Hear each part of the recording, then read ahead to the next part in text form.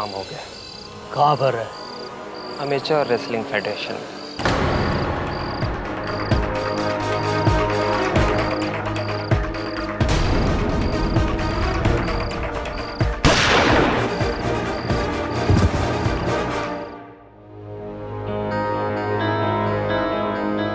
क्या हुआ?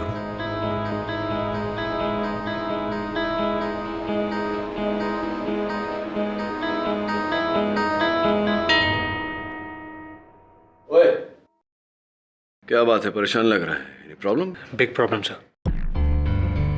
मेरा एक दोस्त है रमन स्वरूप, प्राइवेट डिटेक्टिव का काम करता है।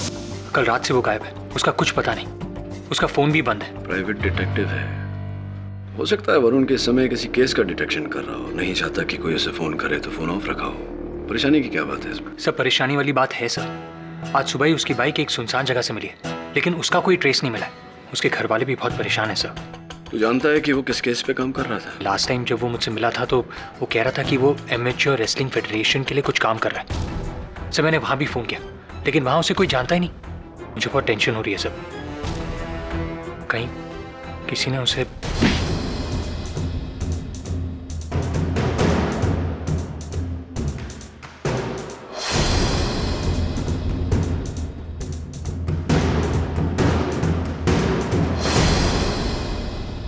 क्या किया तूने? ये क्या किया तूने? तंगड़ी क्यों मारी? लेकिन पापा, मैंने इसे पटक तो दिया ना। बेईमानी करके तू खेल जीतना चाहता है? हाँ? चीटिंग करने वाला कभी अच्छा खिलाड़ी नहीं बनता। लेकिन पापा, जीतना भी तो इम्पोर्टेंट है ना। गलत। जीतना इम्पोर्टेंट नहीं है, खेल को खेल की तरह खेलना इम्पोर्टेंट है। तुम सबके बात समझ में आई? बहुत खूब, क्या बात कही आपने। तुम सब लोग खेलो, मैं आ रहा हूं।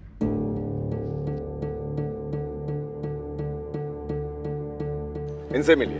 यह है अमेच्योर रेसलिंग फेडरेशन के चेयरपर्सन गौरव शर्मा। ये इनकी सेक्रेटरी राधिका और बंदे को जसपाल संधू कहते हैं। मैं इस फेडरेशन का सेक्रेटरी हूं। आप बड़े लोग हैं, मेरे इस छोटे से अखाड़े में क्या काम है आपका? हमारी ये फेडरेशन देश में कुश्ती को पॉपुलर करना चाहती है। हम चाहते हैं कि हमारे देश से ओलंपिक्स में और भी अच्छे रेसलर्स जाएं। इसलिए हमने बच्चों में से पॉपुलर करने के लिए उन्हें फ्री ट्रेनिंग देते हैं।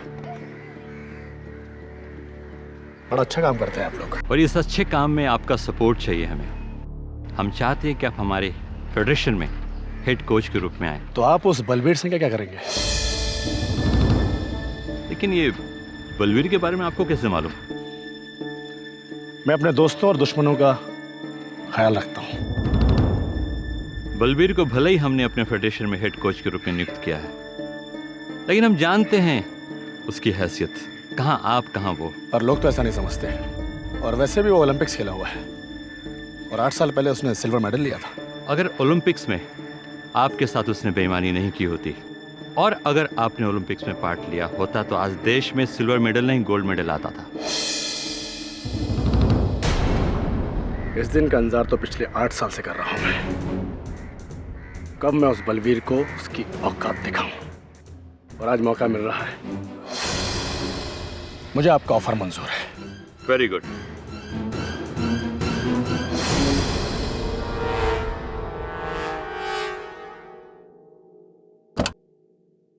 ये क्या सुन रहा हूं मैं?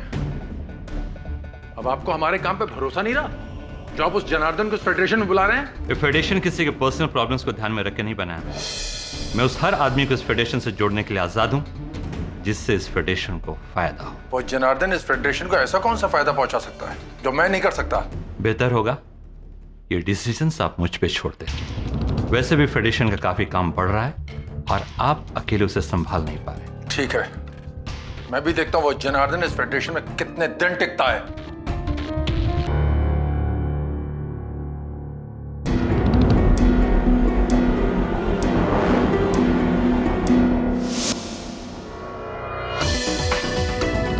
तुम मेरे केबिन में क्या कर रहे हो? ये केबिन तुम्हारा ही नहीं, बल्कि हम दोनों का है। 8 साल पहले जो तुमने मेरे साथ किया, उसका बदला लेने के लिए 8 साल तड़पा हूं मैं। और देखो ना, भगवान ने हम दोनों को मिलाया तो कितना मौके के साथ। ठीक है जनार्दन, मैं तुम्हें छोड़ूंगा नहीं।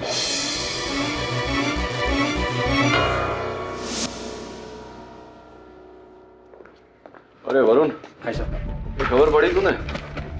तो बोल रहा था ना तेरा दोस्त रमन स्वरूप एमेच्योर रेसलिंग फेडरेशन से संबंधित किसी केस पर काम कर रहा था। जी। उसी फेडरेशन के किसी स्कैम की खबर छपी इसमें। कहीं इसी के कारण गायब तो नहीं हो तेरे दोस्त? एमेच्योर रेसलिंग फेडरेशन नाम की एक प्राइवेट संस्था एक समय के कुश्ती के मशहूर पहलवान जनार्दन सिंह के नाम पर स्कूल कॉलेज के बच्चों से लूट रही है लाखों रुपए। एक सूत्र से पता चला है कि जनार्दन सिंह की ट्रेनिंग के नाम पर यह संस्था अब तक स्कूल कॉलेजेस से करीब 250 करोड़ की रकम इकट्ठा कर चुकी है। और पहले भी इस संस्था ने Olympic silver medallist Balbir Singh के नाम पर करीब करोड़ों का बिजनेस कर चुकी है। ये सब क्या तमाशा है गौरव? अब मुझे इस न्यूज़पेपर से पता चलेगा कि स्कूल्स और कॉलेजेस में से तुमने जनार्दन के नाम पर 2.5 करोड़ रुपए ऐंठे और बलवीर के नाम पर तकरीबन 5 करोड़ रुपए का गबन किया। तुम बेकार में इतना क्यों हाइपर हो रहे हो जसपाल? तुम हमारे बिजनेस पार्टनर हो, इस फेडरेशन के सेक्रेटरी हो, तुम्हें तो मालूम होना चाहिए कि ये फिगर्स बढ़ा चढ़ाकर बताया गया है। मुझे बेवकूफ समझने की गलती मत करना गौरव। मैंने न्यूज़पेपर से सब कुछ पता कर लिया। जानते हो ना, मेरे विश्वसनीय सूत्र हर जगह काम करते हैं। एक बात याद रखना, तुमने जितना पैसा ऐंठा है उस फिगर का एक एक पाई का हिसाब है मेरे पास। मैं तुम्हें ये सारा माल अकेले नहीं हड़पने दूंगा। और तुम तो जानते ही हो कि अगर मैं खुद पे आ जाऊं तो क्या कर सकता हूं। सो बी वेयर। मैडम आप प्लीज गौरव जी को बोलिए कि एक बार मुझसे मिल ले। मैं पिछले 5 दिन से लगातार यहाँ आकर उनको मिलने की कोशिश कर रहा हूँ। देखिए वो किसी जरूरी। मेरी बात तो सुनिए। मुझे कुछ नहीं सुनना।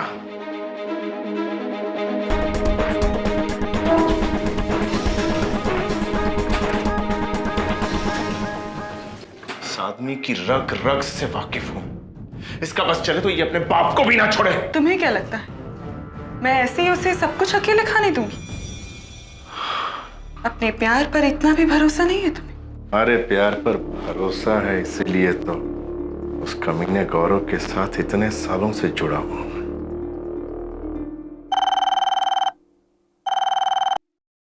Amateur wrestling federation. जी जसपाल सर, ग्राउंड फ्लोर पर। जी मैं आती हूँ। गौरव है?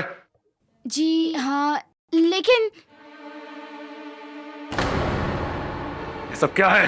ये बिजनेस है, कभी कभी करना पड़ता है। अच्छा, तो आज से और अभी से मैं इस फेडरेशन से नाता तोड़ रहा हूं। तुम शायद भूल रहे हो कि तुमने मेरे साथ एग्रीमेंट किया है, और उस एग्रीमेंट के हिसाब से 2 साल तक तुम फेडरेशन नहीं छोड़ सकते। किसमें हिम्मत है मुझे रोकने की? तुम्हें यहां से बाहर जाने से रोकने के लिए मैं खुद बहुत हूं। मेरा एक इशारा बहुत है। तू मुझे रोकेगा? जरूर। चल रोक रोक रोक।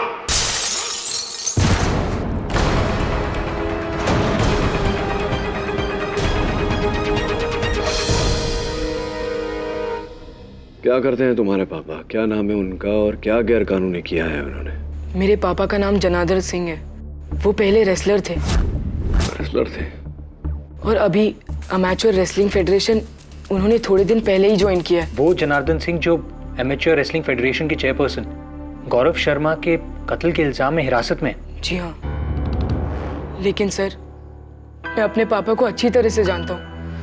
वो कोई गलत काम नहीं कर सकते और ना ही कोई गलत काम होते हुए देख सकते हैं। वो किसी का खून नहीं कर सकते। उन्हें फंसाया जा रहा है। प्लीज सर आप उन्हें बचा लीजिए, वरना मैं अनाथ हो जाऊंगा। योर ऑनर, ये बात है 5 जून की। अखबार में यह खबर आती है कि एमेच्योर रेसलिंग फेडरेशन ने रेसलिंग ट्रेनिंग की आड़ में स्कूल्स और कॉलेजेस से करीब 2.5 करोड़ रुपए ऐंठे। यह खबर पढ़ के जनार्दन सिंह बौखला जाते हैं और उसी बौखलाहट में गौरव शर्मा से लड़ने उनके कैबिन में पहुंचते हैं। दोनों के बीच में तुत्तू मैमे होती है और अपने गुस्से पर काबू न कर पाने की अपनी पुरानी आदत की वजह से जनार्दन सिंह गौरव शर्मा को 10वीं मंजिल की खिड़की से बाहर फेंक देते हैं और अंततः गौरव शर्मा की मृत्यु हो जाती है। नहीं, मैंने गौरव शर्मा को नहीं मारा। लेकिन आप ये मानते हैं कि आप गौरव शर्मा से नाराज थे और गुस्से में बौखलाते हुए गौरव शर्मा के केबिन में पहुंचे और उससे लड़ाई की? हाँ, ये सच है। उसने मुझसे कहा था कि मैं बच्चों की ट्रेनिंग की फीस नहीं लूंगा, इसीलिए मैं उस फेडरेशन का हिस्सा बना। लेकिन जब न्यूज़पेपर में सच्चाई का पता चला तो मुझे बहुत गुस्सा आया। मैं अपने आपे से बाहर हो गया और उससे मिलने चला गया। और इसी गुस्से में आपने गौरव शर्मा को उठाकर नीचे फेंक दिया। नहीं फेंका। कितनी बार कहूं मैं? अरे कितनी बार भी कहें, लेकिन सच्चाई झुटलाई नहीं जा सकती। आप भी ये अच्छी तरह से जानते हैं कि आपके गुस्से पे आपका नियंत्रण है नहीं। आप इससे पहले भी अपने आपे से बाहर हुए हैं और इसका आपने बहुत बड़ा खामियाजा भुगता भी है। जी हाँ, आप ठीक कह रहे हैं। 8 साल पहले हमने बहुत सारी कुश्तियां लड़ी, कुछ हारे कुछ जीते, और इस जनार्दन के गुस्से को मुझसे बेहतर और कौन जान सकता है। ए बलवीर!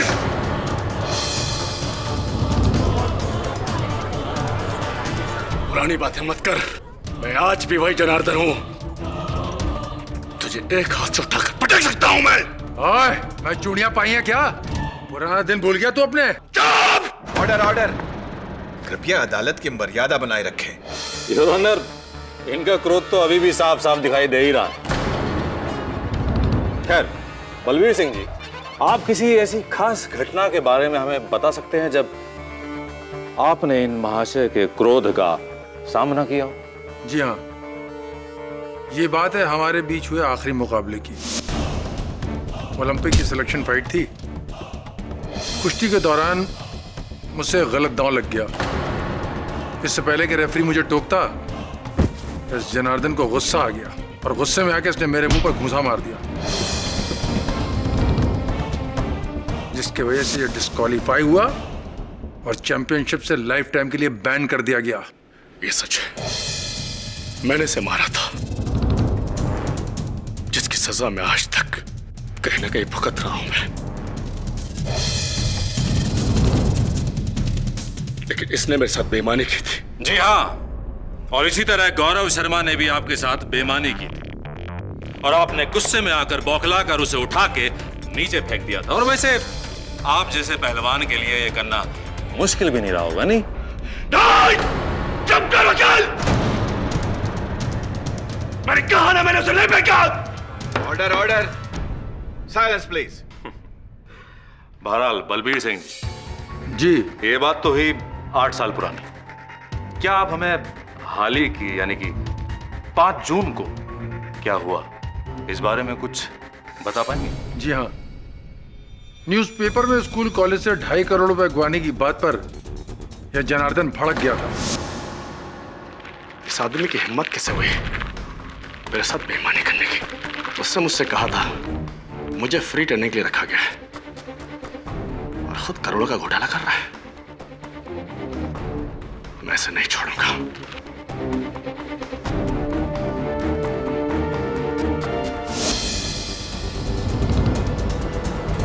और उन्होंने वही किया जो उन्होंने कहा? जी, जहां तक मैं इस जनार्दन को जानता हूं, यह गुस्से में कुछ भी कर सकता है। बहुत मुमकिन है कि गुस्से में आकर इसने गौरव को खिड़की से बाहर फेंक दिया हो।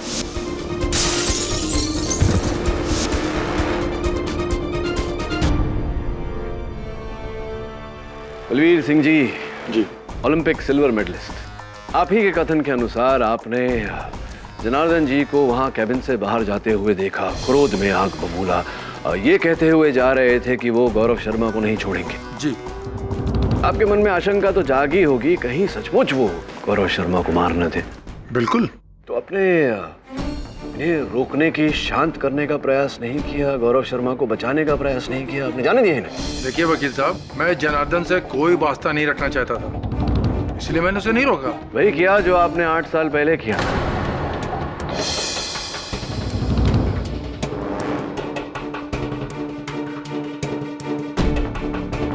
8 साल पहले भी आपने जनार्दन जी को उकसाया था, आप जानते थे कि इन्हें बेईमानी से नफरत है, बेईमानी से इन्हें क्रोध आता है और ये क्रोध में गलती कर जाते हैं, इसीलिए आपने जानबूझकर गलत दांव खेला।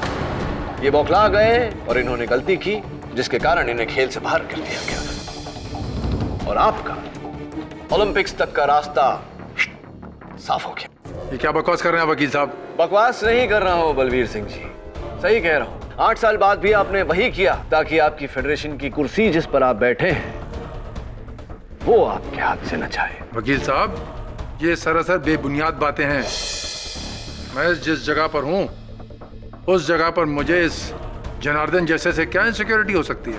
और शायद आप भूल रहे हैं कि मैं एमेच्योर रेसलिंग फेडरेशन का एक फाउंडर मेंबर भी हूं। इस जैसे आदमी से मुझे क्या खतरा हो सकता था? खतरा तो था आपको। वो नोटिस जिस फेडरेशन के आप फाउंडर मेंबर है, उसी फेडरेशन ने फेडरेशन से आपको मुक्त करने के लिए नोटिस भेजा था। योर ऑनर, वो नोटिस आपकी मेज पर रखा हुआ है। भेजा था या नहीं? भाई बहुत सुंदर केडी साहब, बहुत सुंदर। लेकिन आखिर आप इन सब तथ्यों से साबित क्या करना चाहते हैं? क्या आप ये कहना चाहते हैं कि बलवीर सिंह ने जनार्दन को रोका नहीं, इसलिए जनार्दन ने गौरव शर्मा की हत्या कर दी? अगर ऐसा है तो भी जनार्दन का जुर्म कम नहीं हो जाता? नहीं आप भरद्वाज साहब, मैं तो केवल संभावनाओं को टटोल रहा हूं। आपने अपने दलील में कहा था कि जनार्दन जी एक ऐसे पहलवान हैं जिनके लिए किसी को उठाकर खिड़की से बाहर फेंकना कोई बड़ी बात नहीं है। बलवीर सिंह जी भी तो ओलंपिक सिल्वर मेडलिस्ट रहे हैं, इनके लिए भी किसी को उठाकर खिड़की से बाहर फेंकना कोई बड़ी बात नहीं।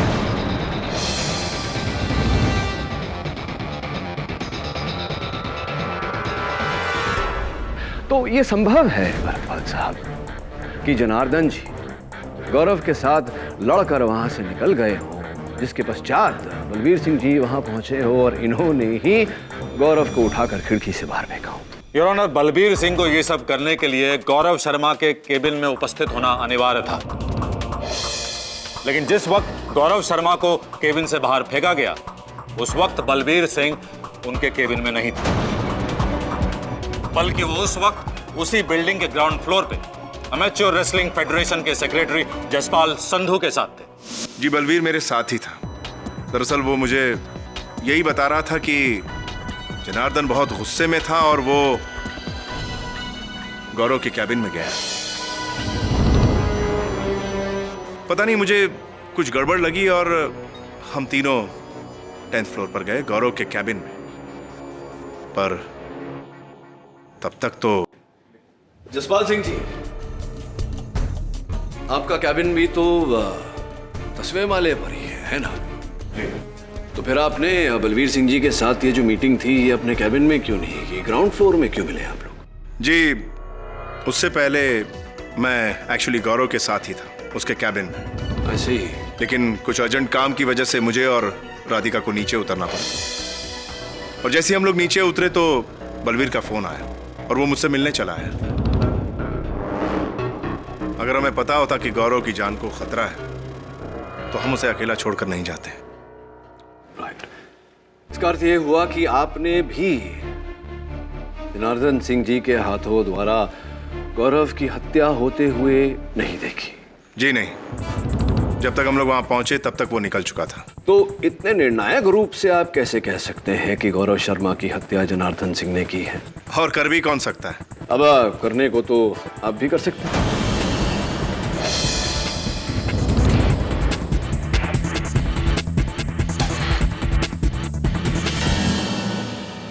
देखिए केडी साहब, गौरव की कैबिन में गौरव से मिलने अगर कोई आखिरी व्यक्ति गया था तो वो जनार्दन ही था। और ये बात आप किसी से भी पूछ सकते हैं। आप चाहें तो राधिका से पूछ लीजिए। मैं तो जसपाल जी के साथ ग्राउंड फ्लोर पर ही थी, जहां बलवीर सिंह हमसे मिलने आए थे।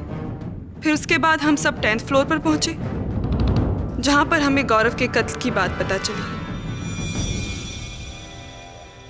तो राधिका जी, आपने भी ये मान लिया कि ये हत्या जनार्दन सिंह जी ने की? जी हाँ, जनार्दन सिंह के रवैये से हर कोई वाकिफ है। और जब बलबीर के ये बताने पर कि जनार्दन बहुत ही गुस्से में गौरव के कैबिन में गया है, शक की तो कोई गुंजाइश ही बाकी नहीं रह जाती। हाँ, लेकिन संदेह को तथ्य में बदलने के लिए आंखों से देखना भी तो जरूरी है, आवश्यक है। जो आपने नहीं देखा, आप क्या, आप में से किसी ने नहीं देखा।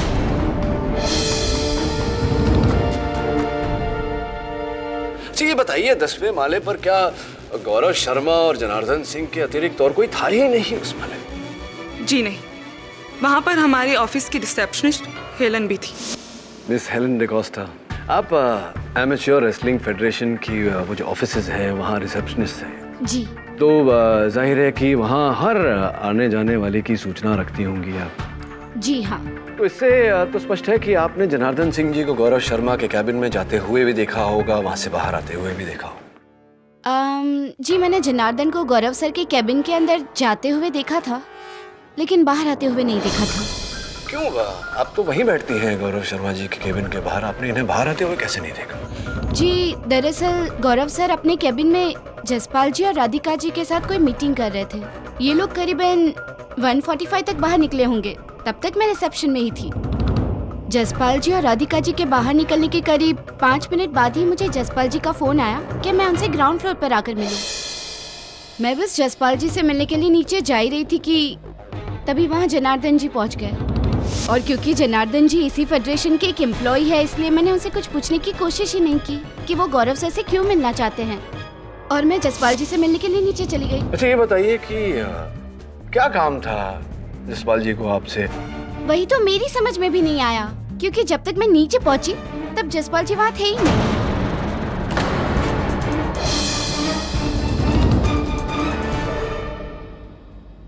फिर मैं वापस ऊपर आ गई, लेकिन ऊपर आने के बाद मैंने देखा कि जसपाल जी, राधिका जी और बलवीर जी ये सब लोग 10th फ्लोर पे थे, और गौरव सर को किसी ने।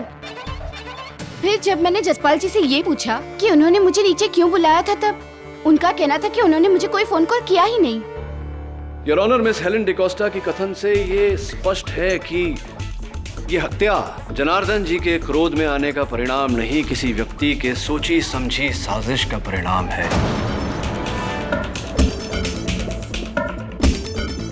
हत्यारा नहीं चाहता था कि जिस समय गौरव शर्मा की हत्या हो उस समय कोई 10वें माले पर उपस्थित हो, इसीलिए उसने झूठा फोन कॉल करके मिस डिकोस्टा को भी वहां से दूर कर दिया।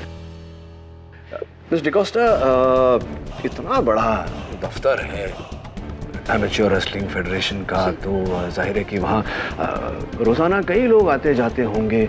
10 माले पर ऐसा से पूरे दफ्तर में कोई नहीं था, गौरव शर्मा जी और जनार्दन जी के अतिरिक्त और कोई भी नहीं था। दरअसल हमारा ऑफिस इस बिल्डिंग के 3 फ्लोर पर है। 10th फ्लोर पर गौरव सर, जसपाल जी और राधिका जी रहते हैं। सारे पियोन और पेंट्री 9th फ्लोर पर है, और 8th फ्लोर पर हमारा एडमिनिस्ट्रेशन ऑफिस है, जहाँ पर जनार्दन जी और बलवीर जी की भी कैबिन है। कर्मचारियों के अतिरिक्त कोई मिलने वाले विजिटर्स इत्यादि, डिलीवरी बॉयज? लेकिन हाँ, एक विजिटर थे जो पिछले 5 दिन से लगातार ऑफिस में गौरव सर से मिलने के लिए आते थे, लेकिन गौरव सर के पास उनसे मिलने के लिए टाइम ही नहीं था। लेकिन वो भी मेरे रिसेप्शन छोड़ने से पहले चले गए थे वहाँ से जा चुके थे। क्या आज यहाँ अदालत में आए हैं? जरा बताइए देख के। ये थे लास्ट बेंच लेफ्ट साइड। वो भाई साहब जो वहाँ बैठे? जी। जरा खड़े हो जाइए।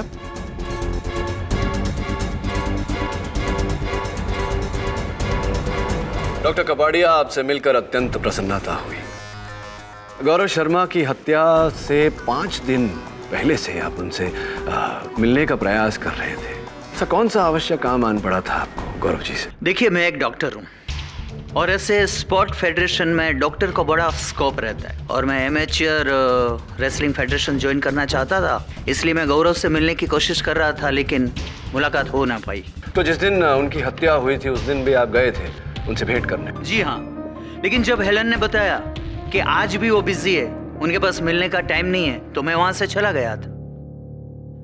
जब मैं 10th फ्लोर पर था तो मैंने हेलन को नीचे जाते हुए देखा, और मैंने सोचा कि यही मौका है गौरव जी से मिलने का। लेकिन मैं जब ऑफिस में गया तो मैंने एक आदमी को बहुत गुस्से में भागते हुए बाहर आते देखा।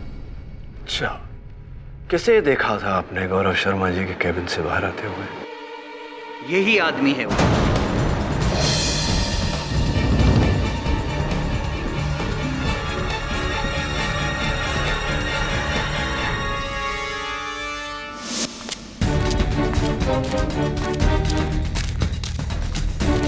और इसके निकलने के बाद मैं हिम्मत करके जब ऑफिस में गया तो मैंने देखा सब अस्त व्यस्त पड़ा हुआ था।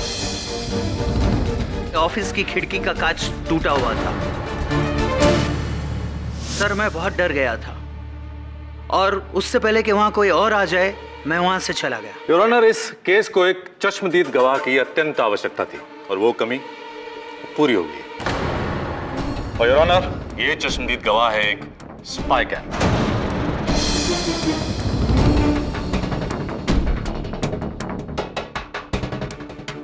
योर ऑनर, गौरव शर्मा की एक आदत थी, वो अपने कैबिन की टेबल पर रखी लैंप में एक स्पाई कैम लगा के रखता था ताकि अपने कैबिन की गतिविधियों पर नजर रख सके।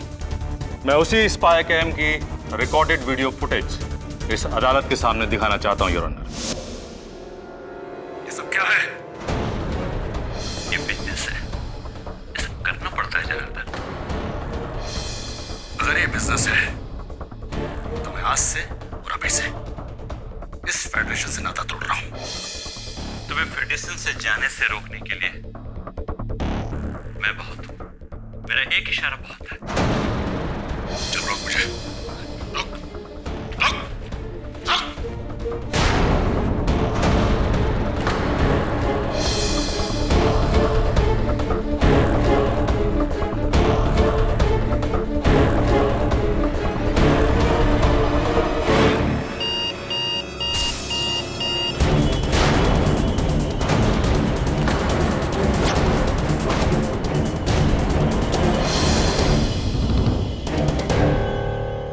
योर ऑनर, इस वीडियो फुटेज से ये साफ हो जाता है कि जनार्दन सिंह ने गौरव शर्मा से लड़ाई की। दरअसल गौरव शर्मा ने एक लीगल कॉन्ट्रैक्ट के तहत जनार्दन सिंह को रोकने की कोशिश की थी और इसी गुस्से में जनार्दन सिंह ने गौरव शर्मा को उठा के नीचे फेंक दिया।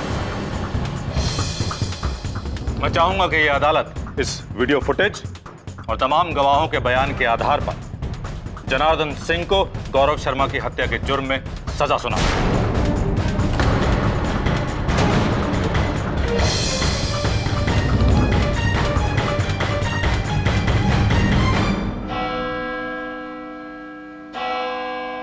यह अदालत इस केस पर अगली सुनवाई में अपना फैसला देगी। तब तक के लिए यह अदालत बर्खास्त की जाती है।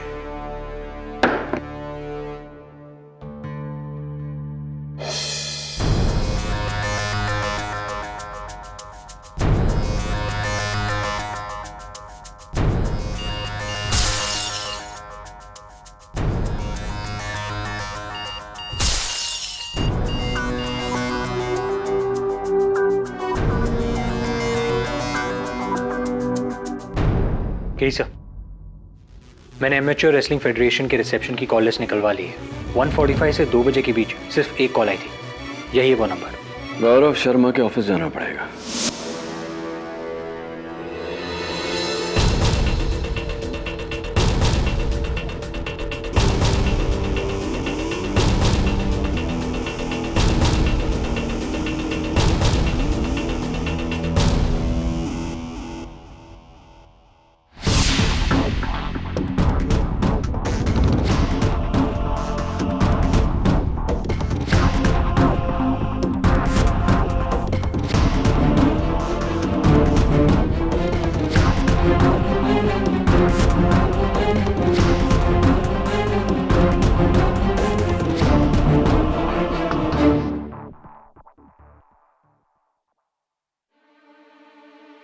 कमरे की घड़ी की आवाज नहीं थी, इसका मतलब ये हुआ कि किसी और के घड़ी की आवाज थी।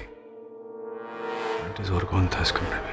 केडी सर, ये रजिस्टर देखिए, कुछ अजीब नहीं है।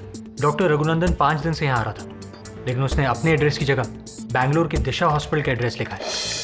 आखिर एक डॉक्टर बैंगलोर से यहाँ काम ढूंढने क्यों आएगा? गुड क्वेश्चन वरुण, तेरे इस प्रश्न का उत्तर तो बैंगलोर जाकर ही मिलेगा। जा जरा दिशा हॉस्पिटल जाकर कर्मचारियों से बात कर, डॉक्टर रघुनंदन कपाड़िया का इतिहास निकाल। Right sir. हेलो। या व्हाट? लेकिन कब? क्या हुआ? सब मेरा दोस्त रमन स्वरूप जिसके बारे में मैंने आपको बताया था, सब पुलिस को उसकी लाश एक नाले के पास से मिली है। किसी ने गोली मारकर उसकी हत्या कर दी है। तो उसकी लाश तो पहचानी भी नहीं जा रही थी। वो तो लकीली उसके पर्स में उसका आइडेंटिटी कार्ड था sir. Sorry Varun, sorry to hear about that. तूने बताया था तेरा दोस्त एमेच्योर रेसलिंग फेडरेशन के लिए कोई काम कर रहा था। क्या चल रहा है इस फेडरेशन में? और मुझे लगता है ये दोनों हत्याएं कहीं ना कहीं जुड़ी हुई हैं। बेंगलुरु जाने से पहले तो पुलिस स्टेशन जा और तेरे दोस्त की हत्या की सारी डिटेल्स निकलवा। I am sure there is a connection somewhere. Varun, dead body को पहचान पाना लगभग इम्पॉसिबल है, लेकिन उसके पास से मिले सामान से हम ये आइडिया लगा रहे हैं कि बॉडी रमन स्वरूप की है।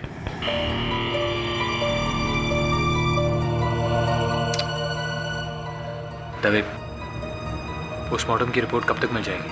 वो तो कल मिलेगी, लेकिन हाँ, उनकी जेब से उनका मोबाइल मिला है जो पानी में भीग जाने की वजह से खराब हो चुका है। लेकिन सिम की मदद से हमने उनके कॉल रिकॉर्ड्स मंगवा लिए हैं। क्या मैं वो रिपोर्ट देख सकता हूँ? हाँ जरूर।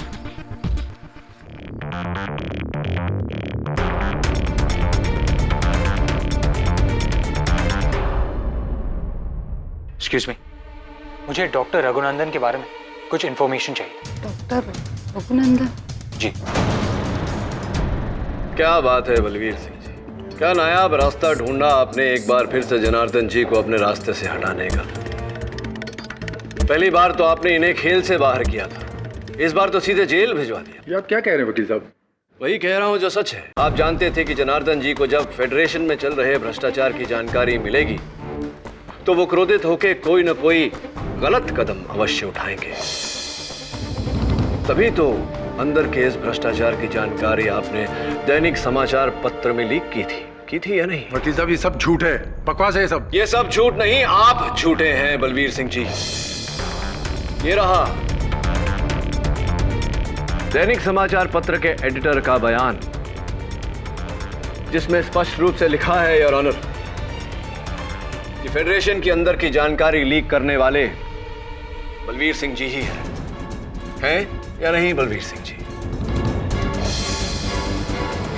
ठीक है वकील साहब, मैं मानता हूं कि वो खबर मैंने ही न्यूज़पेपर में छपवाई थी।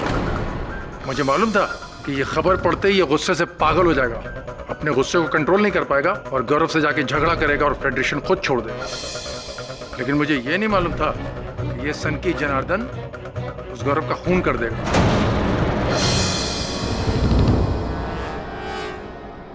मुझे बलवीर सिंह जी से आगे कुछ नहीं पूछना। मैं डॉक्टर रघुनंदन कपाड़िया को एक बार फिर से कटघरे में बुलाने की अनुमति चाहूंगा। डॉक्टर रघुनंदन कपाड़िया, बड़ी अद्भुत बात है कि वहाँ एमेच्योर रेसलिंग फेडरेशन के दफ्तर में इतने लोगों के होने के बावजूद आप वो इकलौते व्यक्ति हैं जिन्होंने जनार्दन जी को गौरव शर्मा जी के 10 माले के कैबिन से बाहर आते हुए देखा और किसी ने नहीं देखा। सही कह रहा हूँ?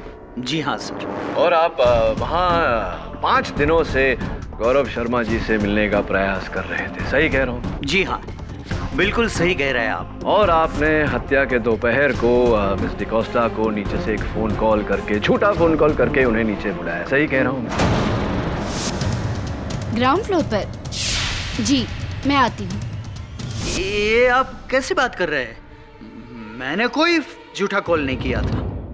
डॉक्टर कपाड़िया, इस अखाड़े का मैं नवसिखिया नहीं, एमेच्योर नहीं, बहुत ही मंझा हुआ खिलाड़ी हूँ। एमेच्योर रेसलिंग फेडरेशन के रिसेप्शन पर कॉलर आईडी लगाया गया है और हर आने वाले कॉल को नंबर समेत दर्ज किया जाता है, जिसकी सूची जज साहब की मेज पर रखी हुई है, जिसमें आपका नंबर है, जिससे स्पष्ट होता है कि जिस समय मिस डिकोस्टा को वो फोन गया था आप ही के नंबर से गया था। बताइए कि क्यों आपने मिस डिकोस्टा को फोन करके ग्राउंड फ्लोर पर बुलाया था?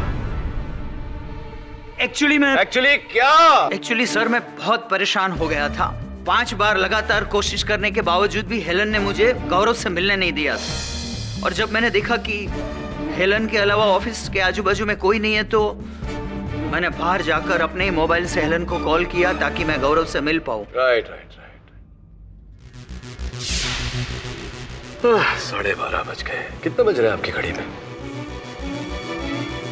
12:30। Nice watch.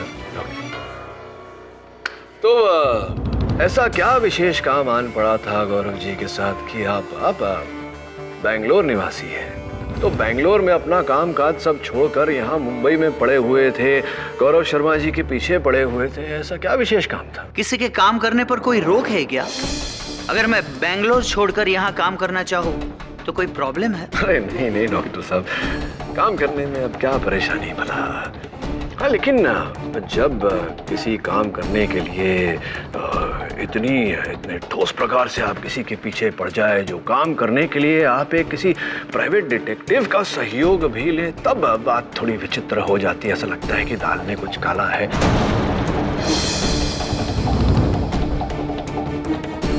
ये सब बकवास है सर। देखिए अब मैं नहीं जानता ये सब बकवास है या नहीं। मैं तो डॉक्टर कपाड़िया केवल वही दोहरा रहा हूँ जो दिशा हॉस्पिटल के आपके सहकर्मियों ने मुझे बताया। रमन स्वरूप, इस नाम के किसी व्यक्ति को जानते हैं? रमन स्वरूप, ये देखिए। जी मैं इसे नहीं जानता। You must be joking, doctor Kapadia. ये वही प्राइवेट डिटेक्टिव है जिसका सहयोग आपने लिया था इस काम के लिए। पता नहीं क्या काम आन पड़ा था आपको, और आपका इनके साथ फोन पर फोन कॉल्स का आदान प्रदान चलता रहता था। और मुंबई में भी आप जब आए मुंबई, उसके 2 महीना पहले से ये आपके केस पर काम कर रहे थे। ये सब बेकार की बात है और मैं इस आदमी को जानता तक नहीं। गौरव शर्मा को तो जानते थे या नहीं जानते? जी नहीं। गौरव शर्मा को भी नहीं जानते। डॉक्टर कपाड़िया, अब भी आप अगर सच ना बोलना चाहें तो एक बार जसपाल सिंह जी को बुलाकर प्रयास करते हैं, शायद वो सच बोल दें।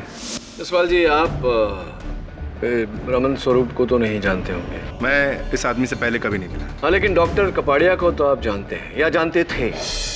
जी नहीं। कि ये तस्वीर तो कुछ और ही कह रही है।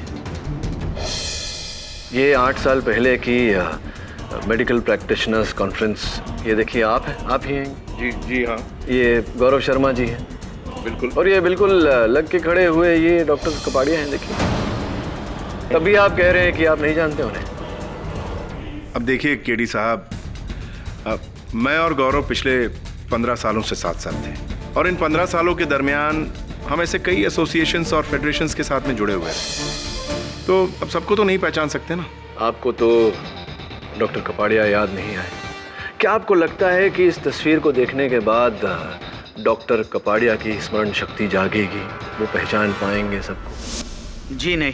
कमाल है डॉक्टर साहब, ये तस्वीर बताने के बाद भी आप गौरव शर्मा और जसपाल संधू को पहचानने से इनकार कर रहे हैं। चलिए कोई बात नहीं। ये तो बताइए डॉक्टर कपाड़िया कि आपको 8 साल पहले 7 साल के लिए बेंगलोर जेल भेज दिया गया था, क्यों, क्या अपराध किया था?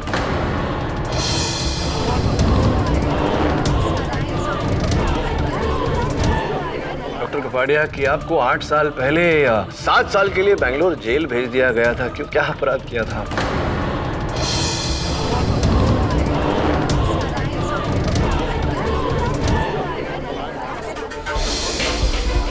धोखा दिया था इन दोनों ने मुझे। इन दोनों की वजह से मुझे जेल हुई। आज का गौरव शर्मा कल का रघुवीर यादव था। उसने मेरी मदद से बेंगलोर मेडिकल एसोसिएशन खोला और मेरी पोजीशन का गलत फायदा लिया। कुछ दिनों में करोड़ों का गफला करके वो भाग गया और मैं फंस गया, मुझे जेल हो गई। फिर जेल से रिहा होने के बाद में आपने रमन स्वरूप की मदद लेकर गौरव शर्मा उर्फ रघुवीर शर्मा को ढूंढ निकाला। मैंने पहले भी कहा है कि मैं किसी रमन स्वरूप को नहीं जानता हूँ। डॉक्टर कपाड़िया, अगर आप रमन स्वरूप को जानते ही नहीं तो फिर आपने उनकी हत्या क्यों की? 1:50 हो गया है, बोलिए ना, आपने रमन स्वरूप की हत्या क्यों की जब आप जानते ही नहीं थे उसको? मैंने किसी की हत्या नहीं की। योर ऑनर, रमन स्वरूप के पोस्टमार्टम रिपोर्ट के अनुसार उन्हें 1 जून की रात को .22 कैलिबर रिवॉल्वर से गोली मारी गई थी और फिर उनके शरीर को नाले में फेंका गया था। बैलिस्टिक्स के अनुसार वो .22 calibre revolver doctor Raghunandan Kapadia की है। वो रिवॉल्वर इनके नाम पर रजिस्टर्ड है और पुलिस ने वो रिवॉल्वर इनके होटल के कमरे से बरामद की है। डॉक्टर रघुनंदन कपाड़िया, क्या आप अब भी यही कहेंगे कि आपने रमन स्वरूप की हत्या नहीं की? ये मुझे फंसाने की साजिश हो रही है। मैंने किसी का खून नहीं किया है। रमन स्वरूप को ना मैं जानता था, ना मैंने रमन स्वरूप का खून किया है। गौरव शर्मा को तो आप जानते थे, क्या आपने उसकी हत्या की है? ये क्या बकवास है? मैंने पहले भी अपने बयान में बताया कि मैं जब 10th फ्लोर पर पहुंचा था तभी मैंने जनार्दन को बाहर आते हुए देखा था। हाँ, ये तो बताया, लेकिन आप ये बताना भूल गए कि जनार्दन जी के वहां से जाने के बाद आप गौरव शर्मा के कैबिन में गए। गौरव शर्मा टेबल पर चोट लगने के कारण जमीन पर बेहोश पड़े हुए थे। आपने उन्हें उठाया और 10 माले की खिड़की से नीचे फेंका या नहीं? ये झूठ है, बिल्कुल बेबुनियाद है। मैंने किसी का खून नहीं किया है। 155 डॉक्टर कपाड़िया, 1:55। योर ऑनर, अगर डॉक्टर कपाड़िया अब भी सच कबूल करने को तैयार नहीं है तो मैं एक बार फिर अदालत में वही स्पाई कैम फुटेज चलाना चाहूंगा जो पहली बार प्रोसिक्यूशन ने बतौर चश्मदीद गवाह के पेश की थी। ये सब क्या है? ये बिजनेस है, ये सब करना पड़ता है जनार्दन। अगर ये बिजनेस है तो मैं आज से और अभी से इस फेडरेशन से नाता तोड़ रहा हूँ। तुम्हें फेडरेशन से जाने से रोकने के लिए मेरा एक इशारा बहुत है।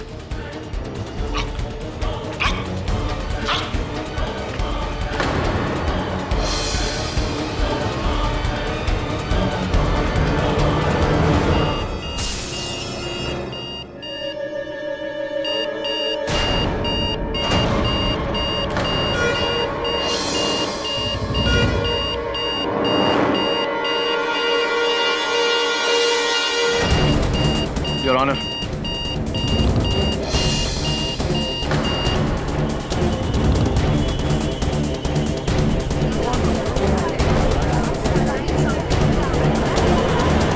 हाँ डॉक्टर कपाड़िया, अब करेंगे एक बाले जुर्म या कुछ और सबूत पेश करूं? मैंने कहा था आपसे इस अखाड़े का मैं नौसिखिया नहीं, मंझा हुआ खिलाड़ी। हाँ, मैंने ही गौरव का खून किया।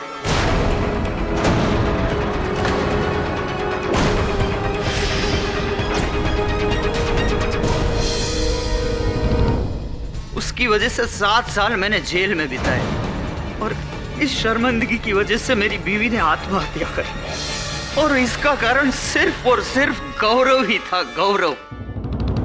मैं 1 साल पहले जेल से छूटा और तब से गौरव की तलाश शुरू कर दी मैंने। दिशा हॉस्पिटल ने मुझे कैजुअल सा जॉब दिया था, लेकिन मेरा मकसद अब प्रैक्टिस करना नहीं रहा था, मुझे गौरव को खत्म करना था। मेरी बीवी की मौत का बदला लेना था मुझे उससे, और इसीलिए मैंने रमन स्वरूप डिटेक्टिव को हायर किया। लेकिन जब उसने मुझे बताया कि गौरव फेडरेशन का काम कर रहा है, तब मैंने सोचा कि ये डिटेक्टिव जान गया है कि मैं गौरव को ढूंढ रहा हूं और आगे जाके वो खतरा बन सकता है।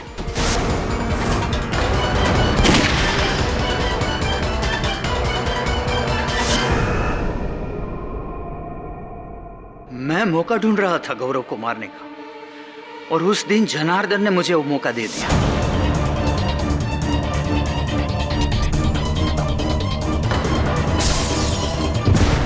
मैंने सोचा गौरव का खून का इल्जाम जनार्दन पर आएगा, कोई मेरी तरफ उंगली भी नहीं उठाएगा।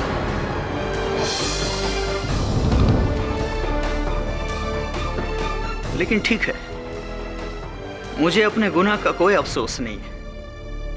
अब जिंदगी में बचा ही क्या है कि मैं कोई सजा से डरूं।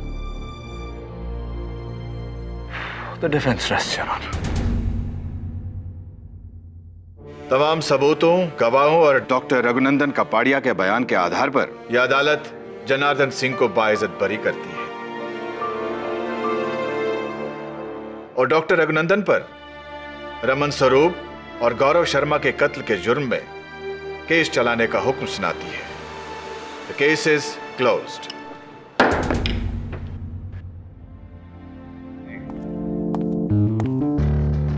एक मिनट एसीपी सर, इनसे बात करने से पहले आपको मुझसे बात करनी होगी। केडी मालूम है। केडी पाठक, आप यहां कैसे? सर, सीआईडी के विरुद्ध डीसीपी साहब का केस अदालत में मैं लड़ रहा हूं। कागजात तो ना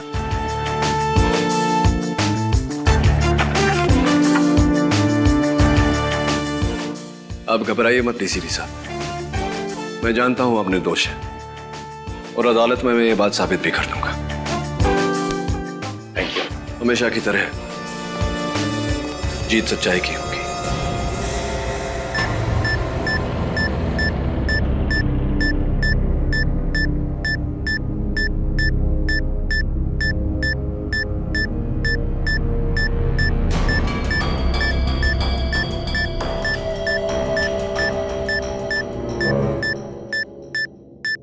योर ऑनर, आज तक मुझे ऐसा लगता था कि केडी वर्सेस आई.एम. जायसवाल, उससे बड़ा मुकाबला हो ही नहीं सकता है, लेकिन आज तो कमाल हो गया। केडी वर्सेस सीआईडी, मतलब क्या सूरज वर्सेस चांद या फिर रात वर्सेस दिन? No no, actually your honour, it is शेर वर्सेस हाथी। बचपन में मेरी दादी माँ मुझे कहानी सुनाया करती थी योर ऑनर, जंगल की कहानी, जहाँ पे एक शेर था, खूंखार ताकतवर शेर, जो हर जानवर को हरा देता था हमेशा, और उसे ये लगने लगा था कि वो नंबर 1 है। 100% ट्रैक रिकॉर्ड।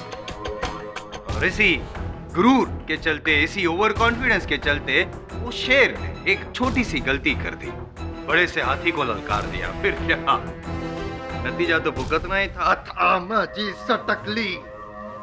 इस बार शेर की नहीं, हाथी की हटी, और शेर की इज्जत घटी।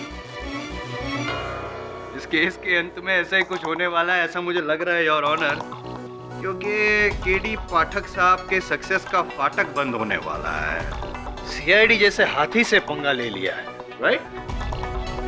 क्या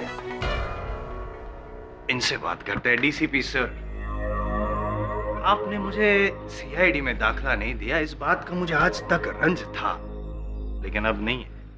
गुड, मैं सीआईडी में नहीं हूं और पब्लिक प्रोसिक्यूटर हूं।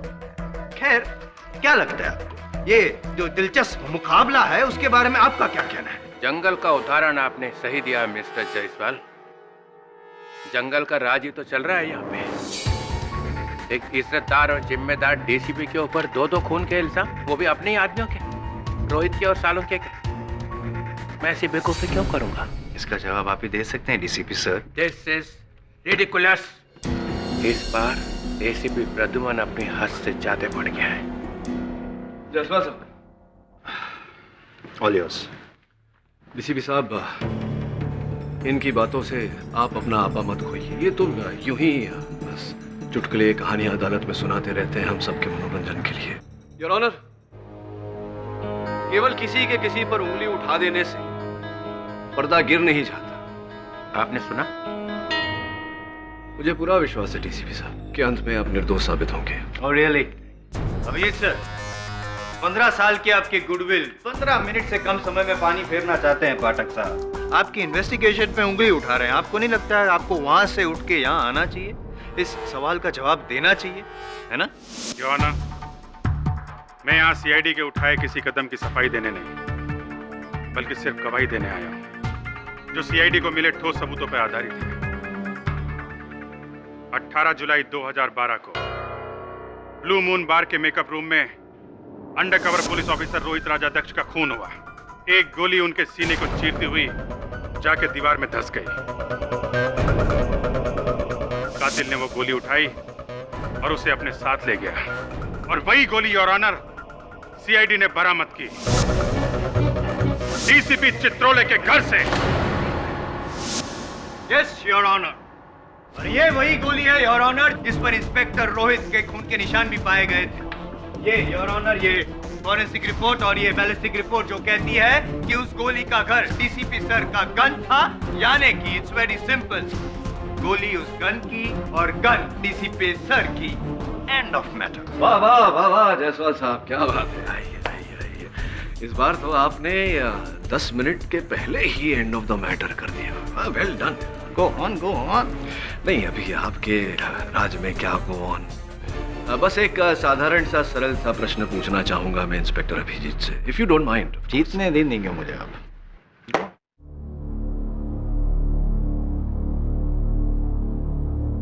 डीसीपी चित्रोले ने अपने सर्विस रिवॉल्वर से गोली चलाई जो ऑफिसर रोहित राजाध्यक्ष के सीने को चीरती हुई जाकर दीवार में धंस गई।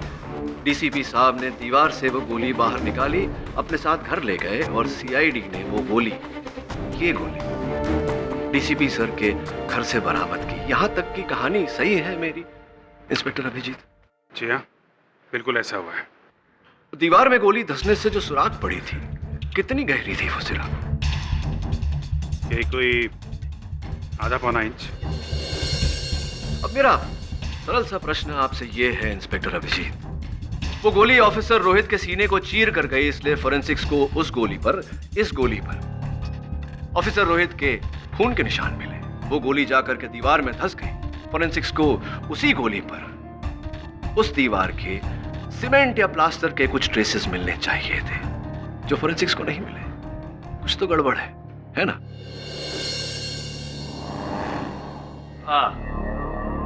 It's okay. ये अटपटे सवाल करना इनकी फितरत है, लेकिन चटपटे जवाब देना मेरा हुनर है। I take it from here. हो सकता है कि डीसीपी साहब ने वो निशान पोंछ दिए हो, साफ कर दिए हो। राइट। तो अगर डीसीपी साहब ने वो गोली पोंछ दी हो, तो उस पर से रोहित के खून के निशान भी साफ हो जाते।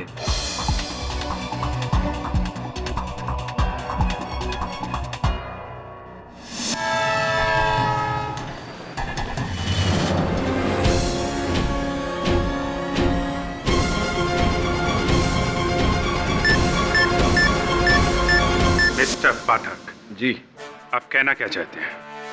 इंस्पेक्टर अभिजीत, मैं केवल इतना कहना चाहता हूं कि ये गोली भले ही डीसीपी चित्रोले के गन से निकली हो, लेकिन ये गोली ब्लू मून बार के मेकअप रूम डीसीपी साहब की गन से नहीं चली। केडी इज राइट सर, मगर सर मैं बड़े अफसोस के साथ सबके सामने ये मानता हूँ कि मैंने कभी गोली चलाई नहीं है बिना बात के। बस ले दे के एक दो बार फायरिंग रेंज में फायरिंग की है। उन्हीं 3-4 गोलियों में से किसी ने एक गोली उठाई और उस पर रोहित का खून लगा के मेरे घर में ले जाकर रख दी। मैं मानता हूं ऐसा हो सकता है, पर ऐसा हुआ नहीं है। आपने जो कुछ किया है सर, उसकी सजा आपको भुगतनी पड़ेगी, क्योंकि ये गोली आपके खिलाफ आरोपों की सिर्फ एक छोटी सी कड़ी है, सिर्फ एक छोटी सी कड़ी। डीसीपी सर, ब्लू मून बार कि वो गोली नहीं सॉरी, वो झूली मेरी अगली गवाह। यही है वो आदमी जिसे मैंने बार के पीछे वाले रास्ते से निकलते हुए देखा था। अरे इसमें नई बात क्या है? मैं तो खुद ही कह रहा हूँ कि मैं वहाँ गया था रोहित से मिलने के लिए। लेकिन इनके हाथ में गन भी थी, और जैसे ही इन्होंने मुझे देखा, फौरन उस गन को जैकेट के पॉकेट में छुपा दिया। करेक्ट। और ये गन गौर से देखो जूली और बताओ क्या वो यही गन है? जी।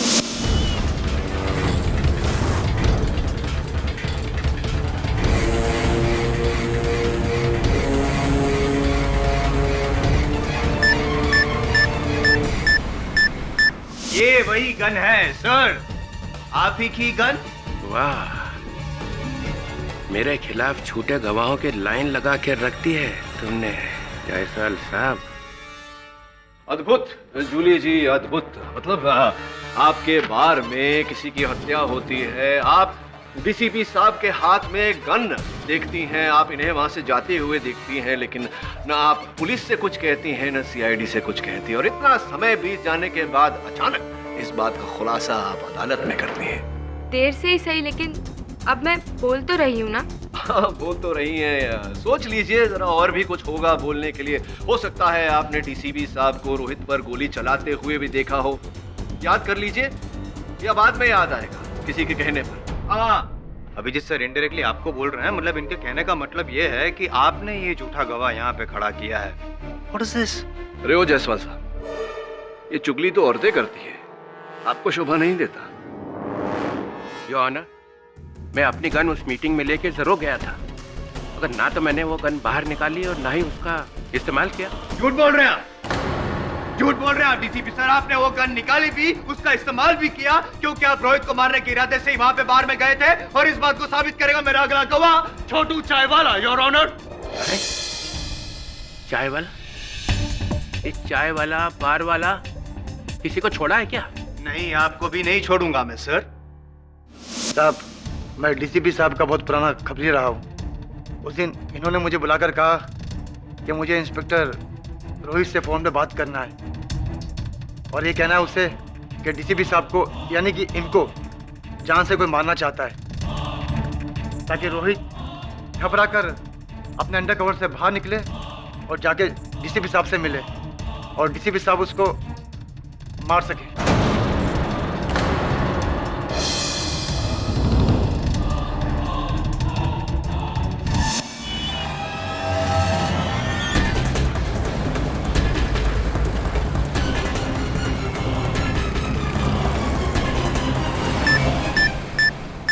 छोटू, तुम होश में हो? ये क्या बोले जा रहे हो? झूठ बोल रहे हैं, ये झूठ बोल रहे हैं sir. DCP Chitrole, please please आप इन्हें बोलने दीजिए। आई एम सॉरी। पता नहीं साहब इनके सर पे क्या भूत सवार हो जाता है। पहले रोहित को मारा, उसके बाद ये मुझे भी मारना चाहते थे। वो तो अच्छा हुआ डैडी वाले आकर मुझे बचा लिए, वरना। योर ऑनर, मैं तो सिर्फ ये मालूम करने की कोशिश कर रहा था कि मुझे मारने की खबर इसे दी किसने। ये भी मिला हुआ है, मिला हुआ है। क्यों साहब गरीब आदमी को फंसा रहे हो? अरे मैं किससे मिला होगा? छोटू जी, दोस्त एक बात बताओ, सच्ची सच्ची बताना। ये डीसीपी साहब जो हैं ये रोहित को मारना चाहते थे, रोहित को अपने कवर से बाहर निकालना चाहते थे। ये जो सारी बातें तुमने भी कही, इसका कोई तीसरा गवाह है? नहीं साहब, जब मुझे डीसीपी साहब ने घर पे बुलाकर ये बात कही, कोई और नहीं था। दो बातें हो सकती है मेरे दोस्त, या तो तुम झूठ बोल रहे हो या डीसीपी साहब। ऑफ कोर्स डीसीपी साहब झूठ बोल रहे हैं। ये निर्णय भी 10 मिनट पूरे होने से पहले ही ले लिया। ये क्या बात है, जलवे पे जलवा योर ऑनर। एक तरफ छोटू है जो 17 साल की उम्र में मुंबई आया और 18 साल की उम्र से जुर्म पे जुर्म किए जा रहे हैं। मेरी दूसरी ओर डीसीपी चित्रोले है, जिन्होंने इस छोटू को सत्य की राह पर चलना सिखाया, चाय की दुकान भी खोल के दी। डीसीपी चित्रोले एक बेदाग ईमानदार ऑफिसर जिस पर आज तक किसी ने उंगली उठाने की हिम्मत नहीं की। इस नतीजे पर पहुंचना कठिन नहीं है और ऑनर के दोनों में से झूठ कौन बोल रहा है? मतलब आप ये कहना चाहते हैं कि ये गवाह भी झूठा है? मतलब आप ये कहना चाहते हैं कि सीआईडी भी झूठी है? एक मिनट अभिजीत सर, फिर से एक बार आप पे आरोप लग रहा है। क्या हो क्या रहा है? जसवाल साहब, आपके होते हुए माचिस की आवश्यकता नहीं है आग लगाने के लिए। मिस्टर केडी, तुम बातों को घुमा सकते हो पर सबूतों को नहीं। योना, इंसान के एक्शन का अंदाजा उसके रिएक्शन से हो जाता है। जब डॉक्टर सालुंखे डीसीपी साहब के घर इन्हीं के खिलाफ सबूत लेके पहुंचे, ये बताने के लिए कि रोहित के शरीर पे से इनका बाल मिला है, तो इन्होंने फौरन सीआईडी को फोन क्यों नहीं किया? अगर ये बेगुनाह थे तो हम इनकी मदद करते, असली खूनी तक पहुंचते, पर नहीं। इन्हें मालूम था कि डॉक्टर सालुंखे के इनके काले कारनामे के बारे में पता चल चुका है, इसलिए इन्होंने उससे भी गिरी हुई हरकत की। डॉक्टर सालुंखे को इतनी बेदर्दी से मारा। You will have to pay for this, DCP साहब, you will have to pay for this. Abhijit, मैं ऐसा कर सकता हूँ? मैं डॉक्टर सालुंखे को मारूंगा? यस सर, आप ऐसा कर सकते हैं। सीआईडी में सबको मालूम है आपने सालुंखे साहब के साथ किस तरीके का बर्ताव किया, किस तरीके से बात की थी। इस सालुंखे की तो मैं वो हालत करूंगा कि उसके बाद जिंदगी भर आदमियों से बात करने लायक नहीं रहेगा, सिर्फ मुर्दों से बात करेगा। और सालुंखे साहब ने भी आपकी बेइज्जती करके किस तरीके से आपको जवाब दिया था। आप कर सकते हैं सर, आप कुछ भी कर सकते हैं। सर, मैं तो खुद सीआईडी को बताने वाला था। मैंने कहा भी सालुंखे को कि अभी फोन करो सीआईडी को। हाँ, अब तो आप ऐसा ही कहेंगे डीसीपी सर, क्योंकि आपकी बात को झुठलाने के लिए डॉक्टर सालुंखे तो है नहीं। मैं हूं ना। I forgot. मैं हूं ना जायसवाल साहब, क्यों चिंता करते हैं? इंस्पेक्टर अभिजीत, उलझन सी है मेरे मन में। सीआईडी डीसीपी साहब के घर पहुंची, उससे पहले ही कैसे उन्हें पता चल गया कि डॉक्टर सालुंखे वहां है? डॉक्टर सालुंखे का मोबाइल डीसीपी साहब के घर में ट्रेस हो रहा था और सालुंखे साहब की गाड़ी डीसीपी सर के घर के बाहर खड़ी थी। आपने उनकी गाड़ी देखी? Of course. गाड़ी को अंदर से देखा? क्या मतलब? नहीं देखा ना आपने गाड़ी को अंदर से। देखा होता तो आपको पता चलता कि डॉक्टर सालुंखे की गाड़ी की चाबी उनकी गाड़ी में लगी हुई थी और गाड़ी रिवर्स गियर में फंसी हुई थी। पाठक साहब, केस को क्यों रिवर्स गियर में लेके जा रहे हैं? आगे बढ़ाना है ना? नहीं माना था वो गियर रिवर्स गियर में थी गाड़ी, तो इससे क्या डीसीपी साहब बच जाएंगे? इंस्पेक्टर अभिजीत, क्षमा चाहता हूँ, इन्हें सब कुछ बच्चों की तरह समझाना पड़ता है। यहाँ नहीं जायसवाल साहब, हुआ यूं कि डॉक्टर सालूम के डीसीपी साहब के साथ बात करके इनके घर से बाहर आए, अपनी गाड़ी की चाबी निकाली, अपनी गाड़ी स्टार्ट की और गाड़ी को बाहर निकालने के लिए उन्होंने गाड़ी रिवर्स गियर में डाली। गाड़ी बाहर निकल ही रही थी जब अचानक किसी ने उन पर हमला किया। किसी ने नहीं, डीसीपी ने। तो ये भी बताइए कि डीसीपी साहब को अगर डॉक्टर सालूम के ऊपर हमला करना होता तो वो अपनी चार दीवारी में उन पर हमला करते, जहां और कोई देखने वाला नहीं था, कोई गवाह नहीं था। क्यों इंतजार किया इन्होंने डॉक्टर सालूम के बाहर जाने का और फिर जाकर डॉक्टर सालूम के ऊपर हमला किया ताकि पूरी दुनिया इन्हें देखे? Does it make sense at all? है ना इंस्पेक्टर अभिजीत?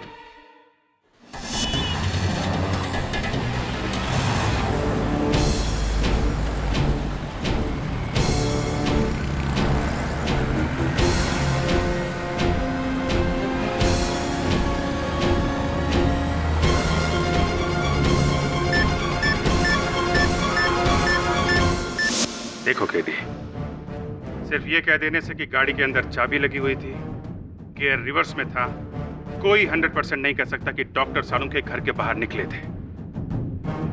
अक्सर लोग अपनी गाड़ी खड़ी करने के लिए गियर लगा देते हैं। अक्सर लोग गाड़ी के अंदर चाबी भूल जाया करते हैं। करेक्ट।